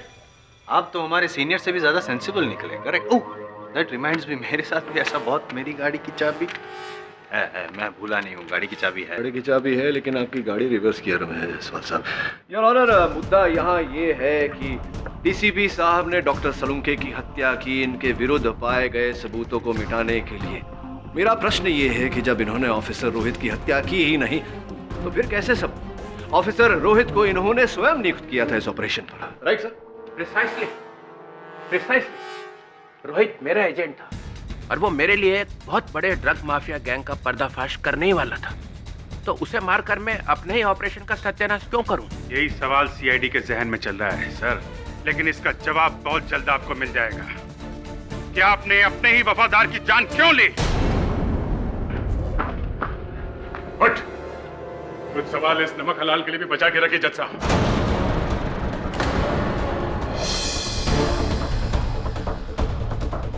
जनार्दन, तुम? सर ये तो मेरा ड्राइवर है, मेरी गाड़ी चलाता है।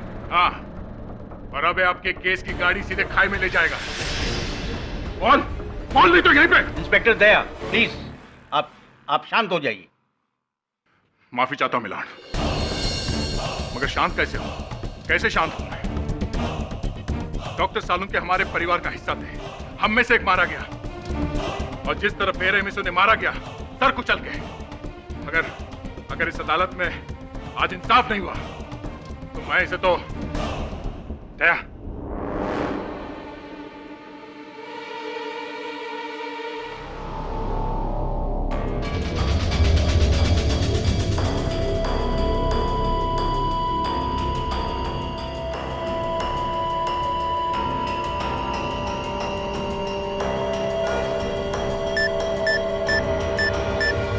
सर पिछले 1.5 साल से मैं डीसीपी सर की नौकरी पे हूँ। डे नाइट में उनकी सर्विस गाड़ी चलाता हूँ और उस रात जब डॉक्टर सालूमके आए तो डीसीपी साहब ने अपने सभी सिक्योरिटी वालों को जाने को कहा और मुझे भी।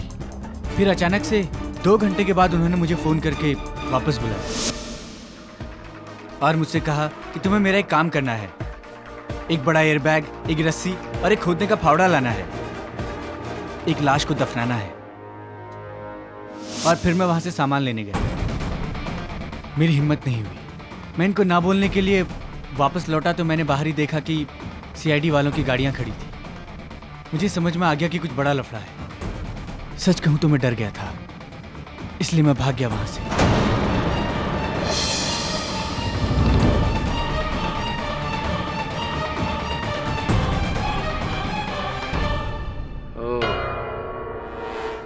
तो ये है तेरा असली रंग जनार्दन। असली रंग तो धीरे धीरे आपका सामने आ रहा है डीसीपी सर, जो गिरगिट की तरह आप बदलते रहे हैं अब तक। नहीं, वो बारगल जूली वो भी गलत, छोटू चाय वाला, ये ड्राइवर जनार्दन, सब गलत, सिर्फ आप ही सच, क्योंकि आप तो सच्चाई के पुतले हैं, सत्यवादी हैं। जायसवाल, एक बार मैं इस केस में से छूट जाऊं फिर मिलना तो मुझे बाहर। मैं छूटने दूंगा तब देखेंगे ना आप, और तब मिलेंगे ना। याद रखिए, फिलहाल कटघरे की उस तरफ आप है और वहीं से सीधे जाएंगे आप फांसी के तख्ते तक, और वहां मैं आपको मिलने आऊंगा। बाय बाय कहने the case is over.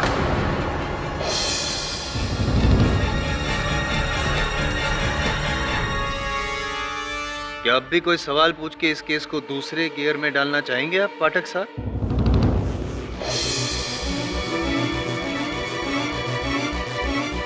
Mister Janardan, आप विटनेस बॉक्स से उतर सकते हैं।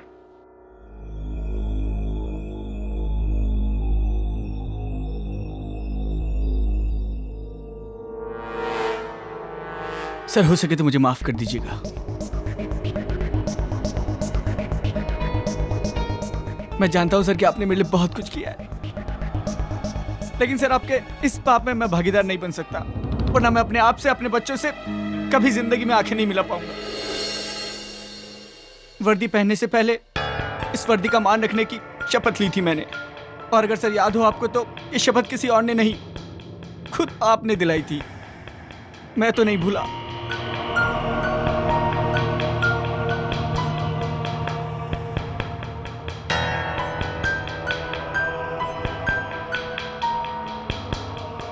सर आप कैसे भूल गए? आप कैसे भूल गए सर? आप कैसे भूल गए?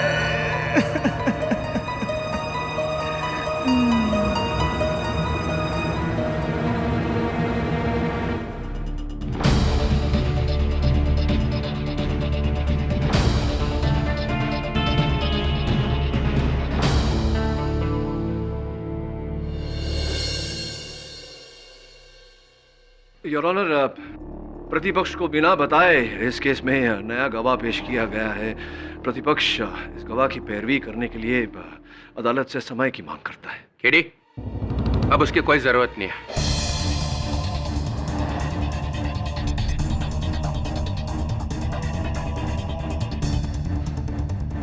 साहब, ये क्या कह रहे हैं आप? हाँ केडी, जो सच है वही कह रहा हूं।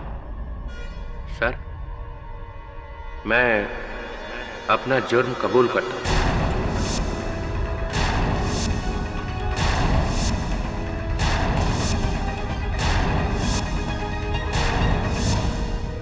Undercover police officer Rohit Rajyadhyaksha का खून मैंने ही किया है। और उसके बाद डॉक्टर सालुंखे जब मेरे खिलाफ सबूत लेकर आए।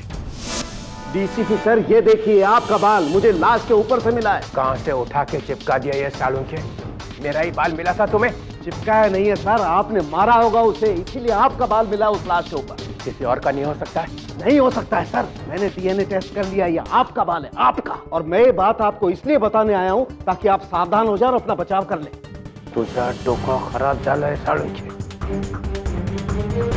डीसीपी साहब, मैं ये बात ज्यादा देर तक छुपा करके नहीं रख सकता हूँ, मैं मजबूर हूँ, और मैं इसी वक्त एसीपी प्रद्युमन को ये बात बताने वाला हूँ।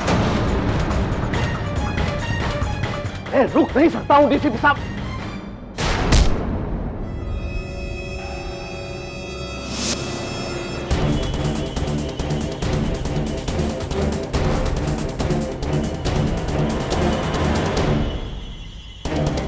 डीसीपी सर, क्या ये आप बता सकते हैं कि क्यों आपने ये खून किया? सालों तक अंडर कवर रहने के बाद रोहित थोड़ा डगमगा गया था। वो बाहर आने की बातें करने लगा, कहने लगा कि मैं अंडर कवर नहीं रहूंगा। अगर वो बाहर आ जाता तो कितना नुकसान हो जाता। सबको पता चल जाता कि हम क्या कर रहे हैं, हम एक्सपोज हो जाते और देश का नुकसान हो जाता। बहुत समझाया उसे, माने ही नहीं। तो क्या करता फिर? मारना पड़ा।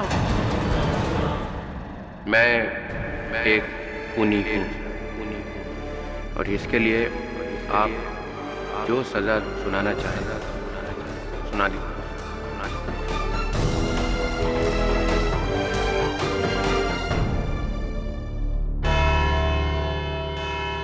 ये अदालत कल तक के लिए मुलतवी की जाती है।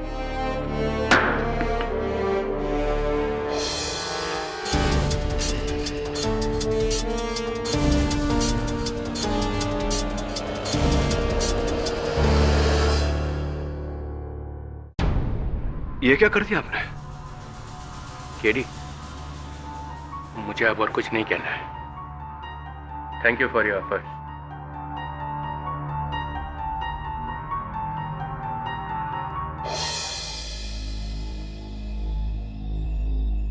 सारे पेपर्स में आपके खिलाफ लिखा है। किस तरह आपने सीआईडी से टक्कर लेकर बहुत बड़ी गलती की है। लिखने वालों का क्या है, ये तो बिना जाने पूछे कुछ भी लिख देते हैं। इन्हें क्या पता कि मेरी टक्कर सीआईडी से नहीं, जुर्म के खिलाफ। पर केडी सर, जब डीसीपी सर खुद अपने जुर्म का इकबाल कर रहे हैं तो फिर। हाँ, वो तो किया है, लेकिन यूं अचानक क्या हो गया?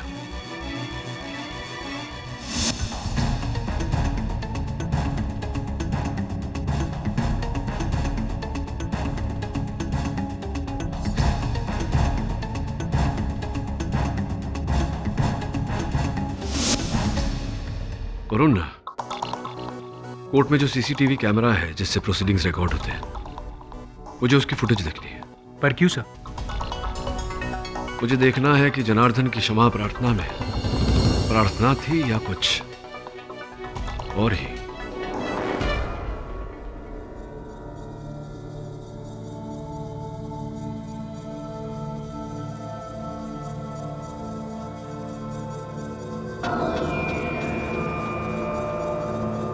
जी साहब। टाइम क्या हुआ है? 6:15 साहब।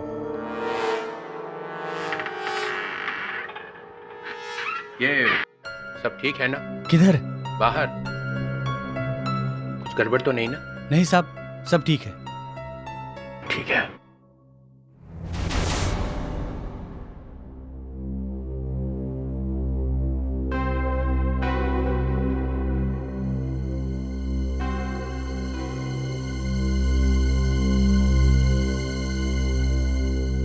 अभिजीत, क्या हुआ है? क्या सोच रहे हो? देखो, डीसीपी साहब ने अपना गुनाह कबूल कर लिया है और वैसे भी सारे सबूत उनके खिलाफ है। मैं भी इसे वही कह रहा हूं सर, पर पता नहीं इसका ध्यान कहां है। सर, डीसीपी साहब शुरू से इस केस में अड़े हुए थे कि वो बेकसूर है। उन्होंने ये भी इशारा किया कि सीआईडी उनसे जाती दुश्मनी निकाल रही है, अपनी बात से जरा भी नहीं हिले। लेकिन फिर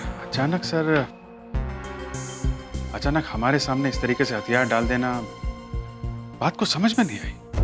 ना समझने वाली बात क्या है इसमें? उन्हें पता था आज नहीं तो कल वो हमारे गिरफ्त में होंगे, और उनका वो ड्राइवर जनार्दन, उसकी बातों ने उनके जमीर को झंझोड़ दिया था।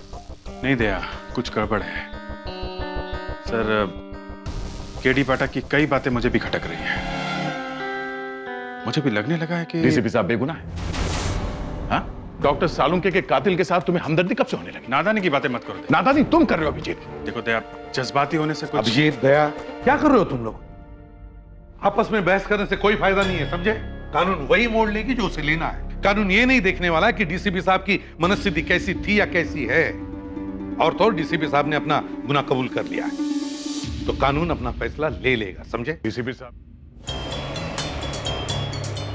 गाड़ी की सुइयां इतनी तेजी से भागे जा रही है कि टाइम रुक ही नहीं रहा है। क्या टाइम हुआ है? अभी तो पूछा था आपने साहब। हाँ, पूछा था। क्या टाइम हुआ है? 7 बज गए साहब।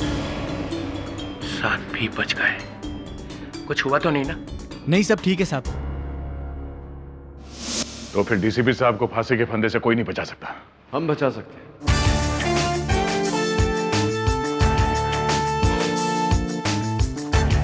दो बेगुनाहों की मौत होने से तो हम रोक नहीं पाए, शायद तीसरे की जान बचा लें। कीडी आ गया, डीसीपी साहब का रखवाला। दया, तुम्हारी तरह मैं भी सच का रखवाला हूं। एक ऐसा सच जो अदालत में कोई नहीं देख पाया। कैसा सच कीडी? डीसीपी साहब, ये सीडी देखेंगे तो सब समझ जाएंगे। नीचे ये देखिए डीसीपी साहब, डीसीपी चित्रोले के हाथों पर देखिए, नीला रंग, स्याही। तो फिर डीसीपी साहब, तो फिर ये स्याही आई कहां से? एग्जैक्टली दया, थोड़ा रिवाइंड करके दिखा।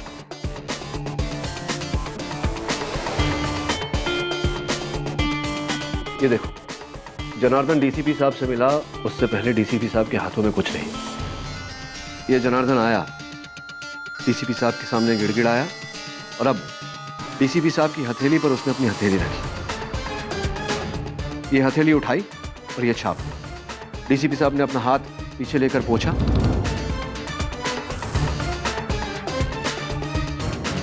हाथ आगे आया और ये निशान।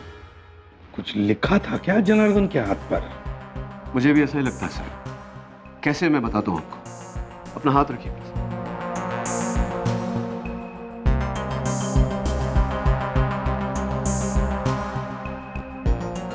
और उसने ऐसे हाथ रखा और उस लिखावट की छाप पड़ी। तो ये बात है मगर दया, जनार्दन को तो तुम लेकर गए थे ना कोर्ट में, तो उसके हाथ पर जो लिखा हुआ था तुमने देखा नहीं? सर मैं तो अब समझा। सर अदालत में जाने के ठीक 1 मिनट पहले उसने मुझसे कहा कि उसे बाथरूम जाना है, तभी उसने ये सब लिखा। सर जनार्दन ने ऐसा लिखा क्या था जिसे पढ़कर डीसीपी साहब ने यह जुर्म कबूल कर लिया? वही तो, क्या लिखा होगा जनार्दन ने अपने हाथ पर? इस सवाल का जवाब तो सिर्फ 2 ही लोग दे सकते हैं, ये जनार्दन और डीसीपी चित्रोले। सर मैं डीसीपी साहब से बात करता हूँ। हम जनार्दन को ढूंढते हैं। यमराज तो तुझे अब दिखेगा बेटा, साक्षात। डीसीपी साहब, आपकी जिंदगी का सवाल है, प्लीज सच बोलिए, क्या था उस संदेश में? कौन सा संदेश? किस संदेश की बात कर रहे हो? मैं किसी संदेश के बारे में नहीं जानता। देखिए सर, हम सब ने देखा कि जनार्दन आपके पास आया, उसने अपने हाथों से आपके हाथ पर एक छाप लगाया।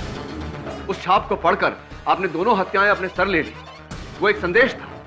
क्या था उस संदेश में? कैसी मनगढ़ंत बातें कर रहे हो? संदेश संदेश, मैं किसी संदेश के बारे में नहीं जानता।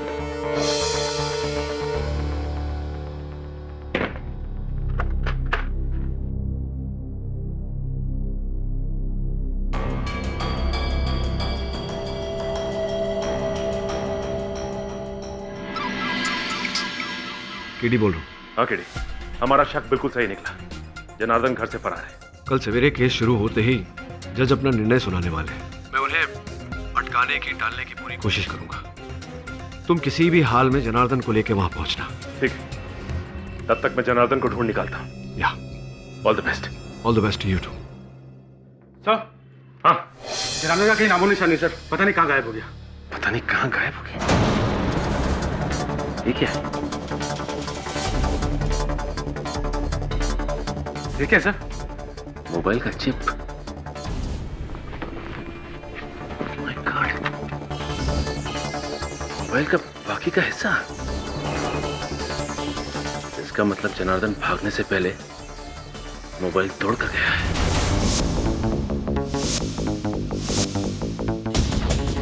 क्या हुआ, कुछ पता चला? सर बस 2 मिनट। सर ये फ़ोन तो बहुत बुरी तरह से डैमेज हुआ है, लेकिन फिर भी मैं लास्ट के 5 डायल नंबर दे सकता हूँ। 10 बजने वाले, वहाँ अदालत में केस शुरू होने वाला होगा। नहीं सूरी साहब, मीटिंग कैंसिल करने की कोई जरूरत नहीं है। कोई केस थोड़ी ना है आज, सिर्फ फैसला सुनना बाकी है। बस 10 मिनट में केस खलास। 10 मिनट पाठक साहब।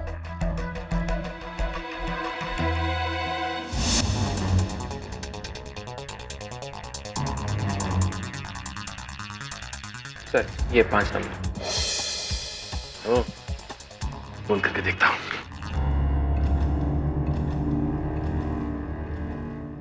ये नंबर सेवा में नहीं है। This number is temporarily disconnected. My God, ये नंबर इस समय उपलब्ध नहीं है। ये कैसे हो सकता है? ये आखिरी नंबर है। ये तो बच रहा है। क्यों फोन किया तुमने? तुमने जो कहलवाना था वो मैंने कह दिया। प्लीज मुझे और तंग मत करो। देखो, हमारा काम अभी खत्म नहीं हुआ है। लेकिन मेरा काम तो खत्म हो गया। अदालत में मैंने डीसीपी के खिलाफ जो बयान देना था वो दे दिया। अब अब और क्या चाहिए तुम्हें? जूली,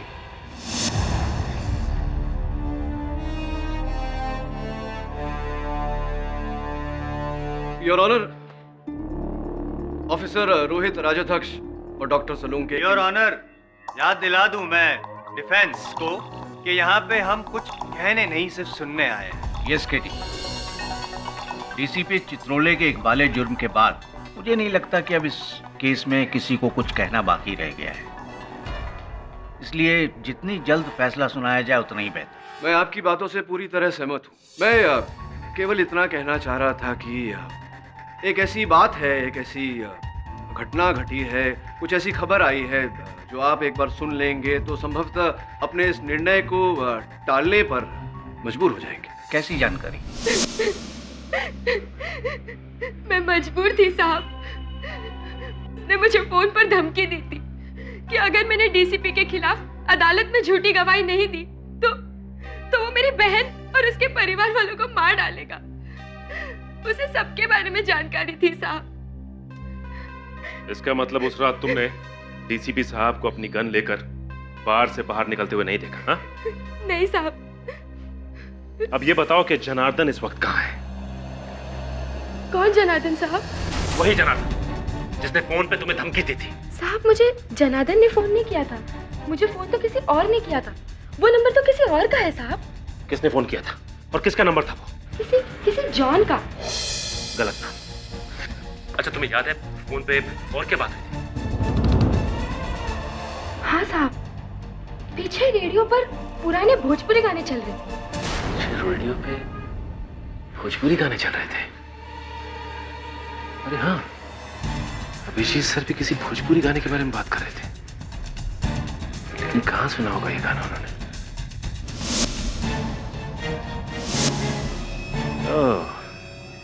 छोटू चाय वाला। योर ऑनर, मुझे संदेह है कि ऑफिसर रोहित राजाध्यक्ष और डॉक्टर सलूंके की हत्याएं किसी और के कहने पर, किसी और के इशारे पर हुई है। कोई व्यक्ति है योर ऑनर जिसे डीसीपी साहब शय दे रहे हैं। क्या बात कर रहे हो यार? What nonsense. मेरा कोई भागीदार नहीं है सर, इस सब मैंने अकेले किया है। झूठ बोल रहे हैं आप डीसीपी साहब। बताइए ये हत्याएं किसके कहने पर हुई है? केडी पाठक, तुम मेरे डिफेंस लॉयर हो और मेरे खिलाफ ही बोल रहे हो। अब कहेगा डिफेंस? आपने इसी अदालत में जुर्म कबूल किया है डीसीपी साहब, और दुनिया जानती है कि केडी पाठक कभी किसी अपराधी का साथ नहीं देता। एक मिनट है।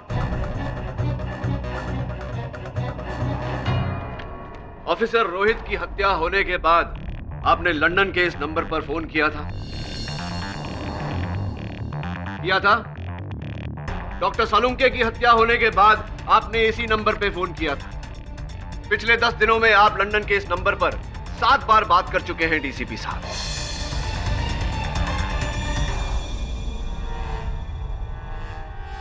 ये नंबर तो मेरे भाई का नंबर है। मैंने अपने भाई को फोन किया था लंदन में। डीसीपी साहब, माना कि आपके भाई लंदन में रहते होंगे, लेकिन हमारी जानकारी के अनुसार खुखार गैंगस्टर पाशा भी इस समय लंदन में छुपा है। कहीं ऐसा तो नहीं कि ये पाशा का नंबर हो और पाशा के कहने पर ही ये हत्याएं हुई हो? एक मिनट, एक पाशा मतलब वही नंबर 1 वांटेड गैंगस्टर जो लंदन। एग्जैक्टली। क्या जायसवाल साहब, पाठक साहब पतंग उड़ा रहे हैं और आप उसे पकड़ने भागे जा रहे हैं। करोड़ों लोग रहते हैं लंदन में, तो उन करोड़ों में से मुझे एक पाशा ही मिला फोन करने के लिए। जज साहब, आप इनकी बातों में मत आइए, आप अपना फैसला सुना दीजिए जल्दी से जल्दी। एक मिनट, आप नहीं कह सकते जज साहब को क्या करना उनको पता है। योर ऑनर, आई रिक्वेस्ट, आप फैसला मत सुनाइए। फैसला सुना देंगे तो केस खत्म हो जाएगा और शायद पाशा बच जाएंगे। Exactly your honour, exactly, well said. मैंने पाशा नहीं, अपने भाई को फोन किया था। उसके बेटे की शादी है। हम कैसे ये मान ले डीसीपी साहब कि ये नंबर आपके भाई का है और आपने अपने भाई से बात की थी? इसका कोई सबूत है आपके पास? सबूत भी तो होना चाहिए। करेक्ट, कोई सबूत है आपके पास? मिस्टर पाठक, आप अचानक डीसीपी पर इतना बड़ा आरोप लगा रहे हैं बिना किसी सबूत के।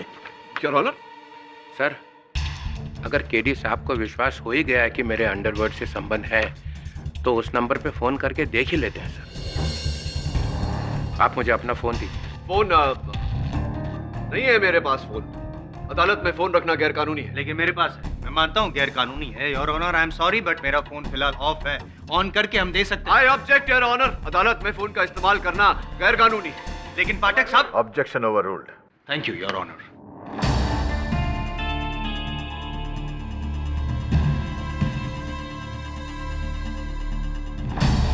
कौन जूली साहब? मैं किसी जूली को नहीं जानता हूँ।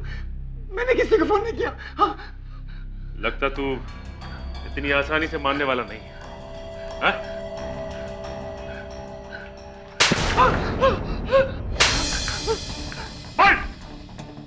बता सब सब इन सबके पीछे जनार्दन का हाथ है सब। हाँ। जनार्दन? डीसीपी साहब का ड्राइवर? हाँ सब, उसी ने मुझे डीसीपी साहब को फंसाने का 20 लाख रुपए दिया था और जूली को धमकाने का 5 लाख। सब उसी को पकड़ो सब। लेकिन वो तो फरार है, उसका कोई पता ठिकाना है तुम्हारे पास? सब उसने मुझे शमशान जगह पर बुलाया था, मार्वे के पास। हाँ, एक छोटा सा गोडाउन था। हाँ। मार के?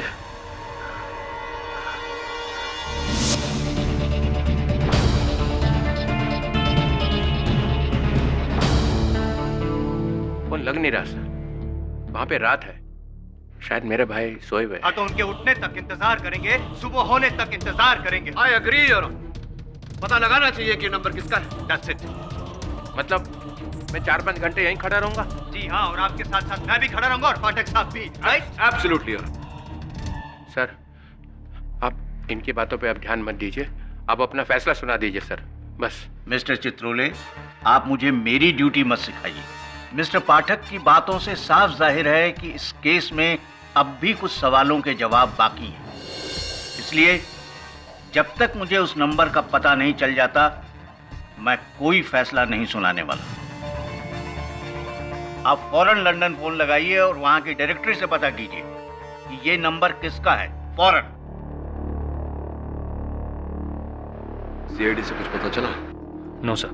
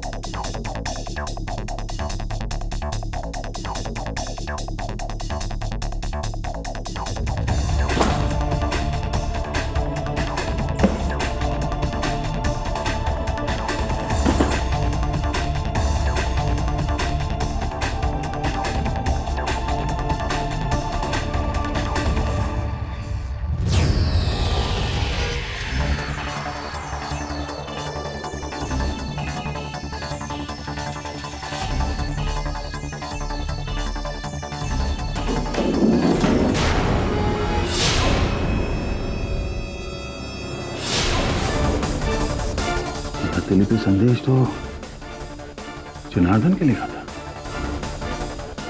Oh no. Janardan is dead.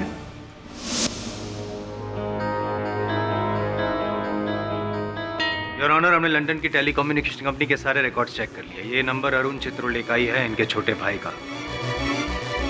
सही बोल रहे हैं। मिस्टर पाठक। जी सर। आपने एक बेबुनियाद बात को लेकर अदालत का इतना वक्त जाया किया।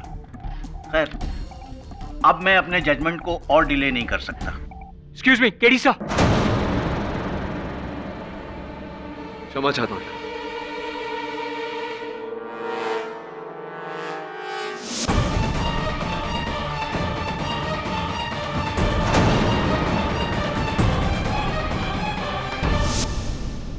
Your honour. अब क्या है केडी? योर ऑनर, सीआईडी से अभी खबर मिली है कि इस केस के अहम गवाह डीसीपी साहब के ड्राइवर जनार्दन की हत्या हो गई है, उसकी लाश बरामद हुई। तो बैड न्यूज है, जाएंगे उसके मातम में। उससे क्या, उससे वो जनार्दन की मौत से डीसीपी साहब के केस का क्या लेना देना? योर ऑनर प्लीज आप फैसला सुनिए। क्या तुम ये कहना चाह रहे हो कि जनार्दन को मारने वाला असल कसूरवार है और डीसीपी बेगुनाह है? जी नहीं योर ऑनर, मैं केवल ये कह रहा था कि क्या क्या कह रहे नहीं, जरा जरा आप सोचिए जायसवाल साहब, आप तो इतने बुद्धिमान वकील हैं। इस केस का एक अहम गवाह जनार्दन, जिसकी गवाही से डीसीपी साहब का पूरा केस गिर गया, उसे गिरा दिया गया, उसकी हत्या कर दी गई। क्यों? क्या हत्यारा नहीं चाहता था कि जनार्दन इस षड्यंत्र के रचयिता का नाम अदालत में आकर बताए, मास्टरमाइंड का नाम अदालत में आकर बताए? क्या लगता है आप? सही है ना? ये आपका शक सही है। हाँ नहीं हो सकता है योर ऑनर। एक मिनट, क्या कंफ्यूज। आप प्लीज अभी अभी आप फैसला मत सुनाइएगा। डीसीपी साहब क्या हो रहा है? बताइए कौन है आपका साथी, बताइए। सर, आप मेरा पूरा रिकॉर्ड उठा के देख लीजिए। मैंने आज तक जो कुछ भी किया है अपने दम पे किया है, डीसीपी चित्रोले के दम पे। इसका ये मतलब नहीं कि अकेले ही आप सब कुछ करते रहे। इतना बड़ा कांड करने के लिए आपको किसी ना किसी साथीदार की जरूरत पड़ेगी और वही एग्जैक्टली कह रहे हैं। कौन? बताओ साहब।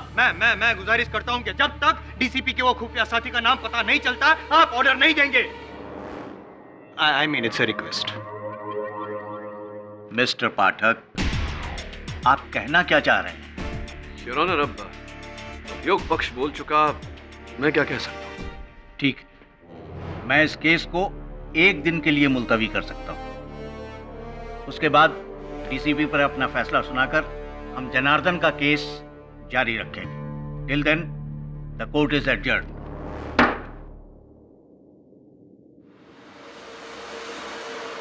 Well done mister Jaiswal, thanks. Thank you. तुम्हें अंदाजा नहीं है तुमने क्या कर दिया। डीसीपी साहब, इंसाफ 2 धारी तलवार होती है, एक तरफ पुलिस, दूसरी तरफ न्यायालय।